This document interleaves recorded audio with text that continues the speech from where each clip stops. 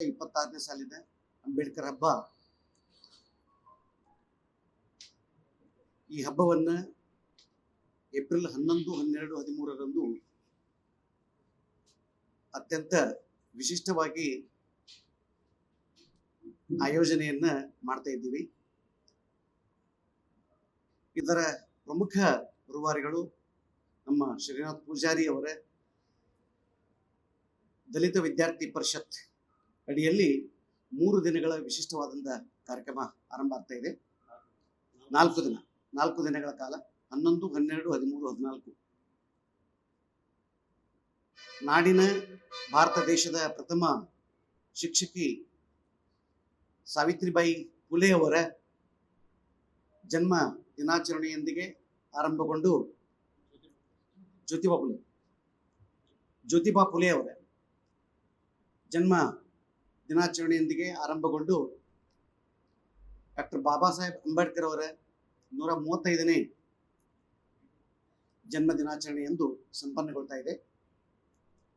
ಈ 4 ದಿನಗಳ ಕಾಲ ಇಡಿಯಾಗಿ ವಿಶಿಷ್ಟ ಗೋಷ್ಠಿಗಳನ್ನು ಆಯೋಜನೆ ಮಾಡಲಾಗಿದೆ. ನಾಡಿನ ಎಲ್ಲ ಭಾಗಗಳಿಂದ ಪಂಡಿತರು ಹಿಡ್ಕೊಂಡು ಪಾಮರರವರೆಗೆ ಯುವ ಜನರು, ಸಾಹಿತಿಗಳು ಎಲ್ಲರೂ ಈ ಕಾರ್ಯಕ್ರಮಕ್ಕೆ ಆಗಮಿಸ್ತಾ ಇದ್ದಾರೆ. ವಿಶಿಷ್ಟವಾದಂಥ ಗೋಷ್ಠಿ, ಮಹಿಳಾ ಸಬಲೀಕರಣ, ದಲಿತೋದ್ಧಾರ ಈ ಎಲ್ಲ ವಿಚಾರಗಳನ್ನು ಇಟ್ಕೊಂಡು ಈ ಒಂದು ಅಂಬೇಡ್ಕರ್ ಹಬ್ಬವನ್ನು ಆಯೋಜನೆಗೊಳಿಸಲಾಗಿದೆ. ಇದಕ್ಕೆ ವಿದ್ಯುಕ್ತವಾಗಿ ಇವತ್ತು ಲಾಂಛನ ಬಿಡುಗಡೆಗೊಳಿಸುವುದರ ಮೂಲಕ ಮುಂಬರುವ ದಿನಗಳಲ್ಲಿ ಅನೇಕ ಸರಣಿ ಸಭೆಗಳನ್ನು ಕೂಡ ನಾವು ಮಾಡಬೇಕಾಗತ್ತೆ. ಆ ಸರಣಿ ಸಭೆಗಳಿಗೆ ಇವತ್ತು ಚಾಲನೆ ಸಿಕ್ಕು ಮುಂದಿನ 1 ತಿಂಗಳ ಕಾಲ ನಿರಂತರವಾಗಿ ಈ ಸಭೆಗಳನ್ನು ಆಯೋಜನೆ ಮಾಡಿ ಇದರ ಕಾರ್ಯಕ್ರಮದ ಯಶಸ್ಸಿಗೆ ನಾವೆಲ್ಲರೂ ಒಟ್ಟಾಗಿ ಕೆಲಸ ಮಾಡಿ ಅಂಬೇಡ್ಕರ್ ಅವರನ್ನ ಅತ್ಯಂತ ವಿಶಿಷ್ಟ ರೀತಿಯಲ್ಲಿ ಸ್ಮರಿಸಿಕೊಳ್ಳೋಣ ಅಂತಿಕೊಂಡು ಈ ಸಂದರ್ಭದಲ್ಲಿ ಹೇಳಿಕ್ಕೆ ಇಷ್ಟಪಡ್ತೇನೆ. ಧನ್ಯವಾದ. ಹೋದ ವರ್ಷ ವಿಜಯಪುರ ಜಿಲ್ಲೆಯಲ್ಲಿ ಪ್ರಪ್ರಥಮವರೆಗೆ ಅಂಬೇಡ್ಕರ್ ಹಬ್ಬ ಎನ್ನುವಂತಹ ವಿನೂತನ ಕಾರ್ಯಕ್ರಮವನ್ನ ನಾವು ಪ್ರಾರಂಭ ಮಾಡಿದ್ದೆವು.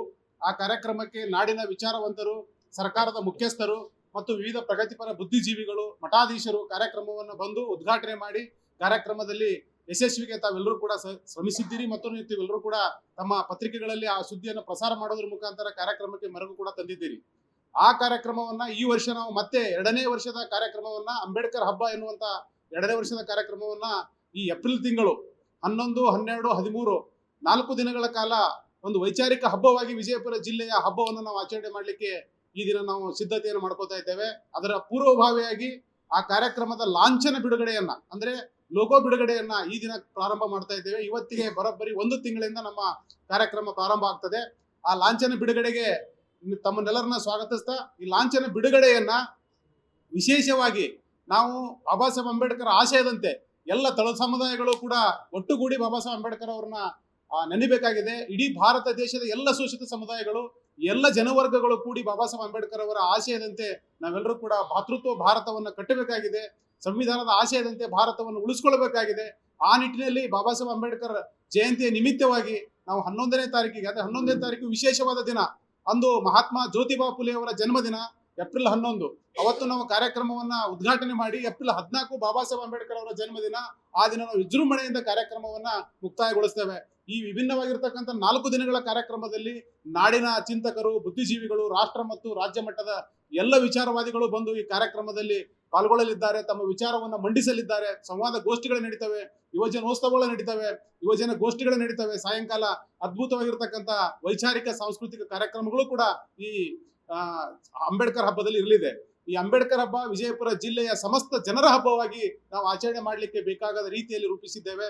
ಆ ಲಾಂಛನವನ್ನ ನಮ್ಮ ವಿಜಯಪುರ ನಗರದಲ್ಲಿರ್ತಕ್ಕಂಥ ಪೌರ ಕಾರ್ಮಿಕರಿಂದ ಲಾಂಛನವನ್ನು ಬಿಡುಗಡೆಗೊಳಿಸಬೇಕು ಅಂತೇಳಿ ನಾವು ತೀರ್ಮಾನ ತೆಗೆದುಕೊಂಡಿದ್ದೇವೆ. ಆ ಕಾರಣಕ್ಕಾಗಿ ನಮ್ಮ ಪೌರ ಕಾರ್ಮಿಕ ಸಹೋದರಿಯರು ಬಂದು ಆ ಲಾಂಛನವನ್ನು ಬಿಡುಗಡೆಗೊಳಿಸಬೇಕು ಮತ್ತು ಆ ಲಾಂಛನ ಬಿಡುಗಡೆಗೊಳಿಸಿದ ಕಾರ್ಯಕ್ರಮಕ್ಕೆ ನಾವು ಈ ಕಾರ್ಯಕ್ರಮ ಕೇವಲ ಒಂದು ಸಂಘಟನೆ ಅಲ್ಲ, ವಿಜಯಪುರ ಜಿಲ್ಲೆಯ ಎಲ್ಲ ಸಂಘ ಸಂಸ್ಥೆಗಳು, ಅದರಂತೆ ನಮ್ಮ ವೇದ ಅಕಾಡೆಮಿಯ ಮುಖ್ಯಸ್ಥರಾಗಿರ್ತಕ್ಕಂಥ ನಮ್ಮ ಶಿವಾನಂದ ಕಲ್ಲೂರು ಸರ್ ಆಗಿರ್ಬೋದು, ಮತ್ತೆ ವಿವಿಧ ಸಂಘ ಸಂಸ್ಥೆಗಳು ಕೂಡ ಈ ಕಾರ್ಯಕ್ರಮದಲ್ಲಿ ಪಾಲ್ಗೊಳ್ಳಲಿಕ್ಕೆ ಮುಂದೆ ಬಂದಿದ್ದಾರೆ. ಅವರೆಲ್ಲರನ್ನ ಒಳಗೂಡಿ ನಾವು ಮುಂದಿನ ಕಾರ್ಯಕ್ರಮಗಳನ್ನ ಸಭೆಗಳನ್ನ ಮಾಡ್ಲಿಕ್ಕೆ ನಾವೇನ್ ಮಾಡ್ತಾ ಇದ್ದೀವಪ್ಪ ಅಂತಂದ್ರೆ ಈಗ ಅದನ್ನ ಸಿದ್ಧತೆಗೋಸ್ಕರ ಇವತ್ತು ಲಾಂಛನ ಬಿಡುಗಡೆ ಮಾಡ್ತಾ ಇದ್ದೇವೆ. ಇವತ್ತು 11ನೇ ತಾರೀಕು.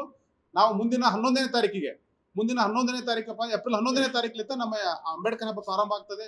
ಬರೋಬ್ಬರಿ ಒಂದು ತಿಂಗಳ ತಯಾರಿಗಾಗಿ ಇವತ್ತು ಲಾಂಛನವನ್ನ ಬಿಡುಗಡೆ ಮಾಡ್ತಾ ಇದ್ದೇವೆ. ಈಗ ನಮ್ಮ